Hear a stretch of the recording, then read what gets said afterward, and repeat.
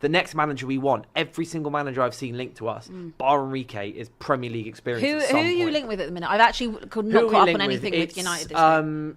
It's kind of United's don't have any sort of concrete like lists at the moment, but in terms of like the names that journalists are talking about, it's is that his name?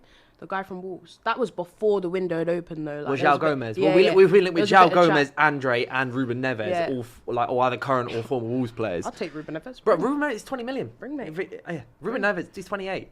Ruben Neves, he's a Portuguese 28-year-old international. Who's got Premier experience. I would adore Ruben Neves at United. I think it'd be such... Like, him and Bruno for like 6 months. We've been Bruno off, unfortunately, because that's definitely happening. Yeah, but he can be going Al Hilal probably, or potentially, which is exactly... But in terms of who've been linked with us, it's been like... So De Zerbi is the name that's literally come out in the last like half an hour. So De Zerbi... We're not linked to players, bro. We don't do players at Manchester. We don't do players at Manchester United. We do interims. This is what we do. I actually forgot. We do interims. But De Zerbi's one name that it's been ever since Ineos came in. De Zerbi's always been a name high on that list. Enrique is a name high on that list. Hates him. Tuchel is also a name that I know Sir Jim Ratcliffe utterly adores. Everyone talks about Gareth Southgate. I think he's kind of disrespected, considering how people actually... So when you mention him in United fans will jump on you and they'll go, oh, I still don't think he's the right manager for United. It's not someone we need. He's not the type of manager we need. But I don't think we need him. What he's good at is not what we need. At all. Which is what Southgate did so well, right, was like connecting people together and like getting a squad together, galvanizing people and getting people believing. But that was like, because internally I feel like people at England before Southgate came in, there was a massive disconnect. Outside, people might didn't believe. They go, oh, look at the squad he got. But inside, no one believed anything. No, people didn't believe in each other. What he did so well was he got the players believing in each other, playing together. He got the people above board, below board, coaches all believing in each other internally. It might be controversial. I don't necessarily think that's actually what we need. I don't see a squad that don't at least believe in each other or play for each other. Under Ruben Amorim, he was still a popular figure. I'm not seeing down tools anywhere. I'm seeing incompetency up at the top of the board, but that's nothing that Southgate can fix.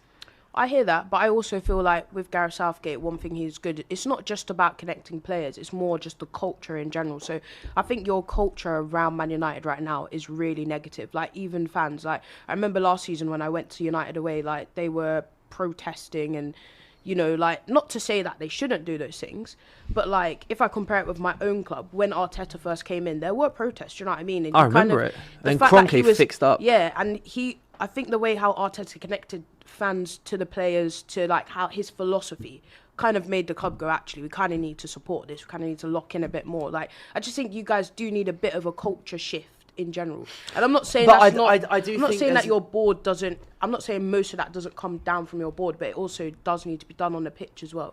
I feel like United fans connect, I'd say at least fans who, like stadium going fans for the most part, they're very real United fans are. Like, they boo when it's bad, they cheer when it's good. But I don't, like, the fans generally, I think with this squad, they're fairly connected to a lot of these players. Yeah. Like, they love Ahmad, we love Mbeumo, we love Šeško, we love Bruno, we love De Ligt, like most part now, love Maguire. You like your goalkeeper for once. Yeah, we actually like our goalkeeper now. And then the whole boards and everything, that is a separate issue, almost, that kind of has nothing to do with the manager. Just listen to Uncle Dan Ashworth, mate.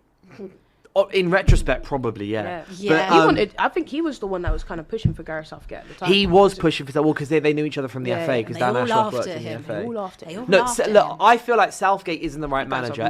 Because his football was kind of dead, Gareth Southgate. To some extent, it was. Like, against the big teams, it was too passive. It wasn't like kind of the football that I'd want to see. It's a bit cautious. But my only criticism of Gareth Southgate was like, as an England perspective, was like, okay, obviously we didn't win anything, but also it was just like you almost had to bully him into making decisions sometimes. So I remember exactly that, and that's not what we need. We need someone who can just really do it well for Leicester, and he just wasn't calling him up, and literally the whole of England had to like jump on his back to call him up. Do you know what I mean? Like, and I'm just like, bro, the guy was playing really well. So and those are my only criticisms. Wouldn't work here. That wouldn't work here. No, that was my only real criticism. But then other managers were linked to. McKenna is another one who I really think is going to go far in this process.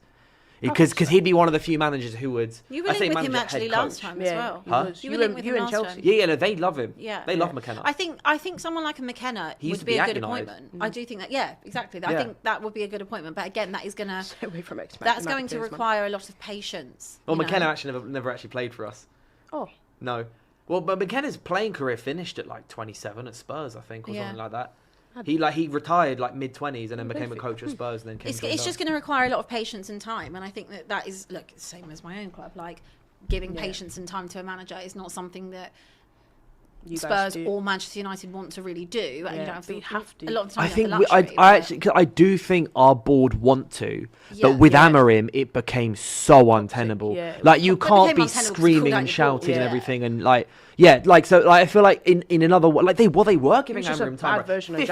15 wins in 49 games in the Premier League. They were giving him so much more. He should have been sacked. Any other manager or any other board under Ruben Amorim gone in the summer. That Europa League final to Spurs. That night they're ripping up his ticket and going, you can make his own way home. Even if it wasn't after Europa, after Grimsby. Do you know what? I'm going to tell you guys now. What you guys did with Amorim is what Arsenal did with Unai Emery. We should have just said after Europa League final, yeah, mate, you're done. You got finished by Chelsea, didn't you? 4-1. We got bopped in that final. But you know what? One thing you can say, at least Chelsea are a Champions League team and they were like third in the league. Yeah, but like these lot, they were 17th. You let them beat. They were 17th. We were 15th. They were dead. Pair of horrible twins. We were one game away from it being our worst ever season ever in the history of the club. Worst. And this season, Amorim has made it our shortest ever season. Your club should have said most successful season ever. You're done, finished. You can't even win this competition. Are you crazy? Finished it, torn it up.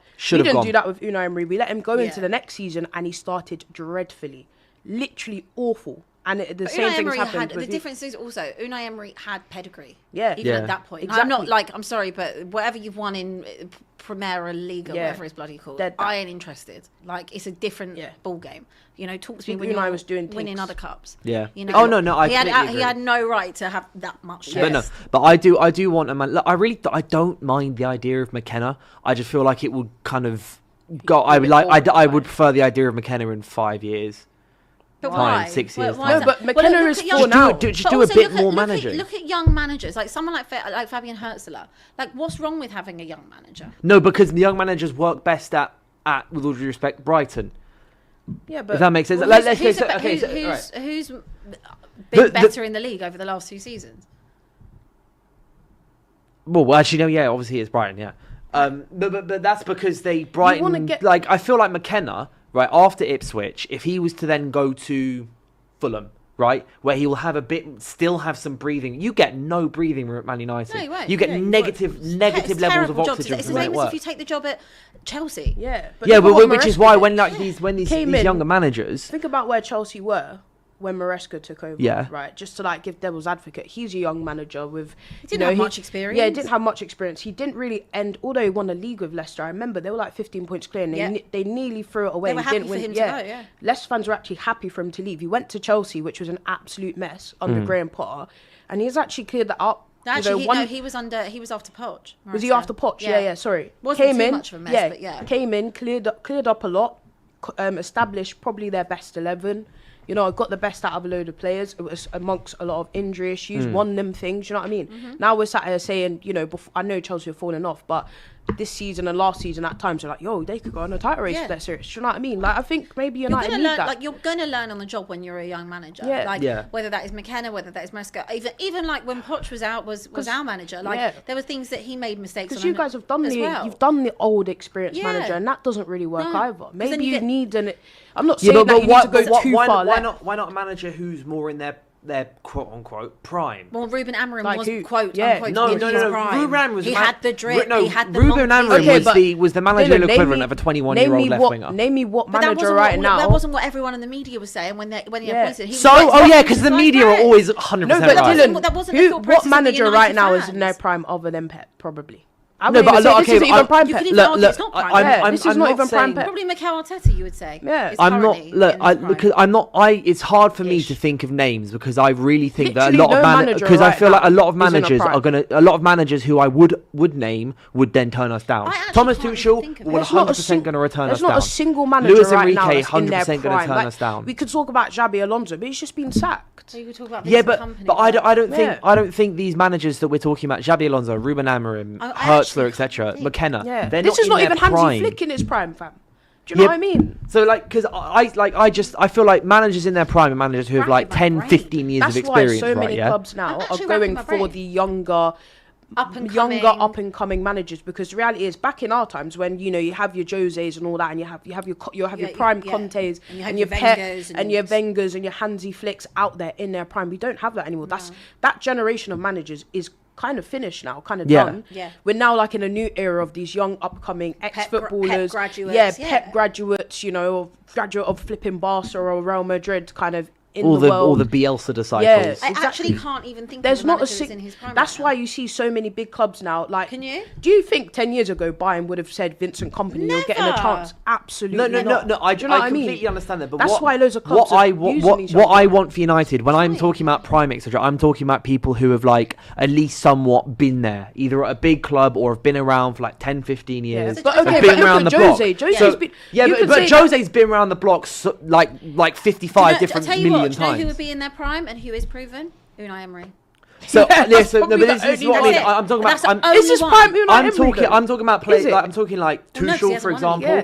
Tuchel, Luis Enrique, Emery. I would say De Zerbi's creeping into this category now, having been at like 4 or 5 different clubs across different leagues. No, but I'm talking about managers who have a player that's in their prime, right, has probably been